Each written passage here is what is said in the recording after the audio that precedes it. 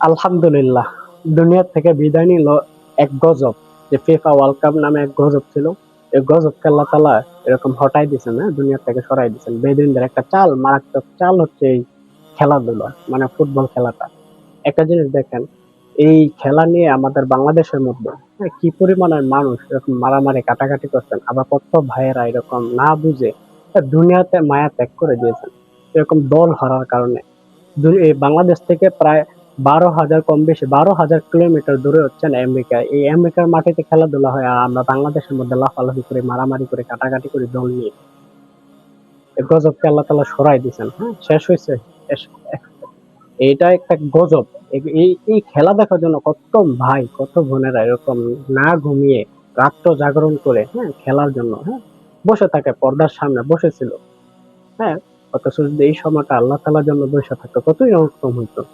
হ্যাঁ, এটা একটা গজব। একটা জিনিস খেয়াল করে দেখেন, এই খেলার কারণে কিন্তু এরকম যে ফিলিস্তিনের মধ্যে আমাদের মা বোনদেরকে এরকম বেদুইনেরা এরকম অত্যাচার করতেছে, হ্যাঁ, বেদুইনেরা এরকম মারধর করতেছে। হ্যাঁ, মুসলমান বাঙালিদের প্রত্যেকটার ভিতরে কিন্তু কম বেশি যারা মুসলমান ইমানদার, সবার ভিতরে কিন্তু এই তামান্নাটা ছিল যে আমরা যদি পারতাম তো আমরা ফিলিস্তিনকে যুদ্ধ করতাম। এই তামান্নাটা আমাদের অন্তর থেকে ভুলিয়ে দিচ্ছে এই খেলাটার কারণে, ফিফা খেলা দেখার কারণে। এটা একটা বেদুনদের চাল ভাই, কয়েক বছর পর পর এরকম তারা এরকম এই ফিফা খেলা দিয়ে, হ্যাঁ, মানুষদেরকে, মুসলমানদেরকে লক্ষ্যবস্তু যে টার্গেট থাকে জিহাদের জন্য, ওই টার্গেটটা ঘুরে এরকম খেলার দিকে তারা ঘুরাই দেয়। আর অপর দিকে তারা মুসলমানদেরকে মারতে থাকে। ফিফা ওয়ার্ল্ড কাপ এরকম শুরু হইতেছে, এই মুসলমান ওদিকে দাবিত হইতেছে, আর অন্যদিকে এরকম তারা কি করতেছেন যে একদিকে খেলার মধ্যে জমাই দিয়ে, গ্যালারির মধ্যে খেলা লাগাই দিয়ে, হ্যাঁ, তারা তাদের কাজ ঠিকই, তাদের উদ্দেশ্য তারা সফল করে নিতেছে। তবে এর জন্য ভাই আমার বাঙালি আর কত ঘুমের ঘরে থাকবে, বাঙালি আর কত আবেগময় হবে ভাই।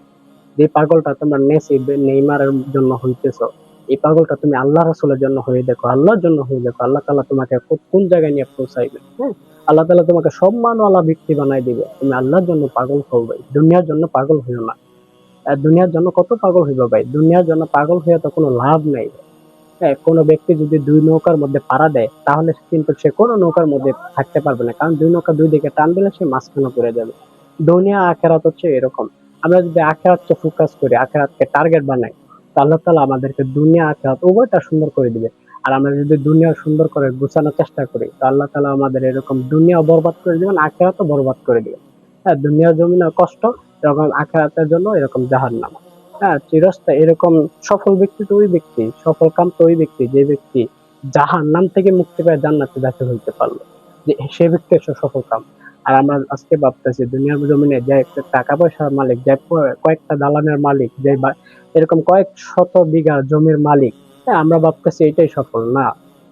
সফল ব্যক্তি হচ্ছে ওই যে ব্যক্তি জাহান্নামের আগুন থেকে বাঁচা জাহান্নামের মধ্যে দাখিল, এরকম জান্নাতের মধ্যে দাখিল হইতে পারছে, সে হচ্ছে সফল ব্যক্তি। এর জন্য ভাই আমরা এরকম মসজিদে সময় দিই, হ্যাঁ, অন্তত 5 ওয়াক্ত নামাজটা পড়ি, অপর ভাইকে দাওয়াত দিই। কাল হাশরের ময়দানে এরকম জিজ্ঞাসিত করা হবে, হ্যাঁ, যে ভাই এরকম নামাজ না পড়ে, হ্যাঁ, দিন না বুঝে এরকম জাহান্নামের ফয়সালা দিছে, ওই ভাইকে, মুসলমান ভাইকে আমার সামনে এনে দাঁড় করাইবেন। হ্যাঁ, আমাদের সামনে এসে এরকম আইনা কি করবেন, দাঁড় করাইবেন, যে তুমি নামাজ পড়ছো অথচ তোমার এই ভাই নামাজ পড়ে নাই, তুমি দিন শিখছো অথচ তোমার এই ভাই দিন শিখে নাই, তুমি কোরআন শিখছো কিন্তু তোমার এই ভাই কোরআন শিখে নাই। এর জন্য ভাই আমাদের প্রত্যেকটা এরকম জিম্মাদারির ব্যাপারে আল্লাহ তাআলা জিজ্ঞাসা করবেন। এর জন্য এই জিম্মাদারির হক আমরা পুরা করার চেষ্টা করি, হ্যাঁ। নিজে এরকম জাহান্নামের আগুন থেকে বাঁচি, এরকম আহাল পরিবারকেও বাঁচাই। আর আহাল পরিবার বলতে সমস্ত মুসলমানকে বোঝানো হয়েছে, শুধু আমাদের ফ্যামিলিতে যারা আছে তারা আমাদের আহাল না, সমস্ত মুসলমান হচ্ছে একটা আহাল। সমস্ত মুসলমান হচ্ছে একটা শরীরের মতো। এই জন্য ভাই আল্লাহ তাআলা আমাদেরকে তৌফিক দান করে, আমরা এরকম বেদুইনদের এই কালচার আমরা এরকম ত্যাগ করি, হ্যাঁ, আল্লাহ রাসূলের সুন্নাতকে শরীরের মধ্যে লাগাই ভাই। হাজার হাজার টাকা, লাখ লাখ টাকা এই জার্সি পতাকার পিছনে ব্যয় করে ভাই কি লাভ? বলে কি লাভ? আমাদের কোনো ফায়দা আছে?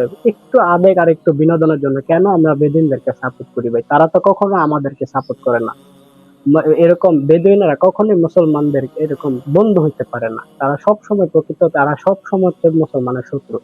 তারা সবসময় চায় যে মুসলমানের ক্ষতি হোক, মুসলমান দুনিয়াতে না থাকুক, মুসলমান দুনিয়া থেকে হালাক হয়ে যাক।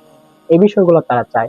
এর জন্য ভাই আমরা বেদুইনদেরকে ফলো না করে আল্লাহ এবং আল্লাহ রাসূল যেভাবে চায় ওইভাবে চলার চেষ্টা করি। আল্লাহ তাআলা আমাদেরকে সবাইকে তৌফিক দান করে। সুবহানাল্লাহি ওয়া বিহামদিহি, সুবহানাকাল্লাহুম্মা ওয়া বিহামদিকা, আশহাদু আল্লা ইলাহা ইল্লা আনতা আস্তাগফিরুকা ওয়া আতুবু ইলাইক। আসসালামু আলাইকুম ওয়া রাহমাতুল্লাহি ওয়া বারাকাতুহু।